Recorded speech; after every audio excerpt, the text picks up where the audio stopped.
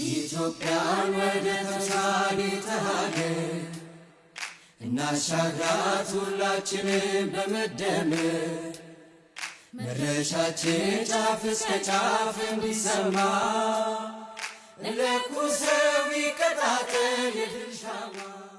ውድ ኢትዮጵያውያን እንኳን ለሰባተኛው ሀገራዊ ምርጫ በሰላም አደረሳችሁ። የብልጽግና ፓርቲ የማህበራዊ አካታችነት ልማት እሳቤ ሁሉንም ዜጎች በእኩልነት የሚያካትትና ዘላቂ ልማትን የሚያረጋግጥ ነው። ይህ ማለት በሴቶች እኩልነትና ፍትሃዊ ተጠቃሚነት፣ በወጣቶች ብሩህ ተስፋ፣ በህፃናት መብትና ደህንነት፣ አረጋውያንና አካል ጉዳተኞች እንዲሁም በተጋላጭ ወገኖች ማህበራዊ ዋስትና የሚለካ ተጨባጭ የህይወት መሻሻል ማምጣት ነው። ፓርቲያችን የሰው ልጅ ክብር ከቁሳዊ ሀብቶች በማስቀደሙ በሀገራችን ታሪክ ታይቶ በማይታወቅ ሁኔታ ማህበራዊ ብልጽግና የፖለቲካው ማዕከል ሆኗል። ይህ አቋም የኢትዮጵያን ለዜጎች የምትመች ሀገር የማድረግ የቃል ኪዳናችን መነሻ ነው። ሴቶች ሲበለጽጉ ሀገር ትበለጽጋለች ብሎ ብልጽግና ፓርቲ ያምናል። ኢትዮጵያ እንደ ሀገር ከተፈጠረችበት ጊዜ ጀምሮ የሴቶች ውሳኔ ሰጪነት በንግግር እንጂ በተግባር ተተግብሮ የማይታወቅ ፓርቲያችንን የታሪክ እጥፋት ሰርቷል። በመሆኑም ሴቶች በአገራዊ የፖሊሲ ቀረጻና በውሳኔ አሰጣጥ ሂደቶች ላይ ቀጥተኛ ተጽዕኖ እንዲኖራቸው እድል ፈጥሯል። ይህም ስኬት የሴቶችን አቅምና ብቃት ማረጋገጥ ብቻ ሳይሆን ሀገራዊ የብልጽግና ጉዟችን በሁለት እግሩ እንዲቆምና ፖሊሲዎቻችንም የሴቶችን ተጠቃሚነት ያረጋገጠ እንዲሆን አድርገናል። በኢኮኖሚ ዘርፍ በሚሊዮን የሚቆጠሩ ሴቶች የሀብት ባለቤት እንዲሆኑ ተደርጓል። የሴቶች የመሬት ባለቤትነትና የፋይናንስ ተጠቃሚነት እንዲረጋገጥ ማድረግ ተችሏል። በቤተሰብና በማህበረሰብ ውስጥ ያላቸውን ተሰሚነትና ክብር ከፍ እንዲል ተደርጓል።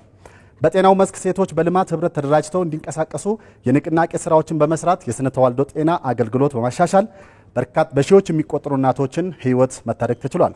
የሴቶች ትምህርት ተሳትፎ ምጣኔ በቅድመ አንደኛ በመጀመሪያና በሁለተኛ ደረጃ ከወንዶች እኩል እንዲሆን አድርገናል።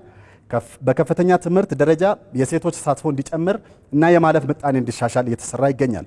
በዲጂታል ዘርፉ የሞባይል ስልክ ተጠቃሚ የሆኑ ሴቶች 49 ከመቶ ደርሷል። ከነዚህም 36 በመቶ የሚሆኑት ለፋይናንስ ግብይት እየተጠቀሙበት ይገኛሉ። የወጣቶችን የመደራጀት መብት ማክበርና ተሳትፏቸውን ማጎልበት የፖለቲካ ሪፎርሙ ዋነኛ አካል ተደርጎ የሚወሰድ በመሆኑ እስከ 50% የሚሆን ወጣቶች በአመራር ሰጪነት ቦታ ላይ መምጣታቸው ብልጽግና ታሪክ የሰራበት ነው። እንዲሁም ደግሞ የበጎ ፈቃድ አገልግሎት ላይ ወጣቶቻችን በስፋት እየተሳተፉ ይገኛሉ። የማህበራዊ ጥበቃ ፖሊሲ በመተግበራችን ለውስብስብ ችግሮች ተጋላጭ የሆኑ የማህበረሰብ ክፍሎች ልዩ ትኩረት በማግኘት ላይ ናቸው። በተፈጥሮና በሰው ሰራሽ አደጋዎች ምክንያት ሰለባ የሆኑ ዜጎች ወደ ቀደመ ኑሯቸው መመለስ የሚያስችል ድጋፍ ማድረግ ተችሏል።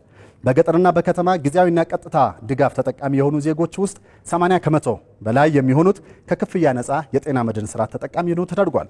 ፓርቲያችን ብልጽግና ከመርሆዎች ውስጥ አንዱ ሰው ተኮር በመሆኑ ለሀገርና ለወገን የደከሙ ነገር ግን ተገቢውን ድጋፍና እንክብካቤ ያላገኙ አረጋውያን የሚደገፉባቸውና የሚጦሩባቸው ማዕከላትን በማደራጀት ዘላቂ ድጋፍ እንዲያገኙ አድርጓል።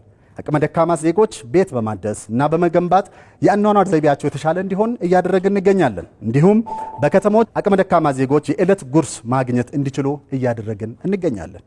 በበዓላትና በተለያዩ ጊዜያት አቅመ ደካሞችን ማዕድ የማጋራትና በዓላትን ከነሱ ጋር የማሳለፍ ስራ ባህል እየሆነ መጥቷል። ስለሆነም የህዝባችን የመረዳዳትና የመደጋገፍ ባህል ተቋማዊ አሰራር ስርዓት እስኪሆን ድረስ አጠናክረን የምንቀጥል ይሆናል። ፓርቲያችን ብልጽግና ለአካል ጉዳተኞች ሰብአዊ መብት ለማስከበርና በኢኮኖሚ ውስጥ ተሳታፊ ለማድረግ የተለያዩ አዋጆችና መመሪያዎችን ያወጣ ሲሆን በተቋም ደረጃ ለአካል ጉዳተኞች የስራ ቅጥር ለፈጸሙ ተቋማት ከ60 በመቶ በላይ የታክስ የግብር ቅነሳ ማበረታቻ መስጠት ስራ ሰርቷል። አካል ጉዳተኞች የአቅርቦትና የአገልግሎት ፍላጎት ያለ ውጣ ወረድ እንዲያገኙ የመንግስትም ሆነ የግል ህንፃዎችና ተቋማት ግንባታዎች አካል ጉዳተኞችን ታሳቢ ያደረገ እንዲሆን የህንፃ አዋጅ ላይ የህግ ማዕቀፍ እንዲካተት ከማድረግ ባሻገር የሚሰሩ መሰረተ ልማቶች አካል ጉዳተኞችን ታሳቢ ተደርጎ ተተግብሯል። ማህበረሰባችን አካል ጉዳተኞችም በውል የሚገነዘቡት ስራ ነው።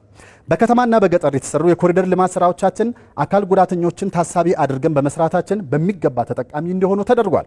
በውሳኔ ሰጪነት ላይ ፓርቲያችንም በጉባኤው፣ በምክር ቤቶቹ፣ በእጩ ዝግጅት ላይ አካል ጉዳተኞች በበቂ ሁኔታ እንዲሳተፉ አድርገዋል።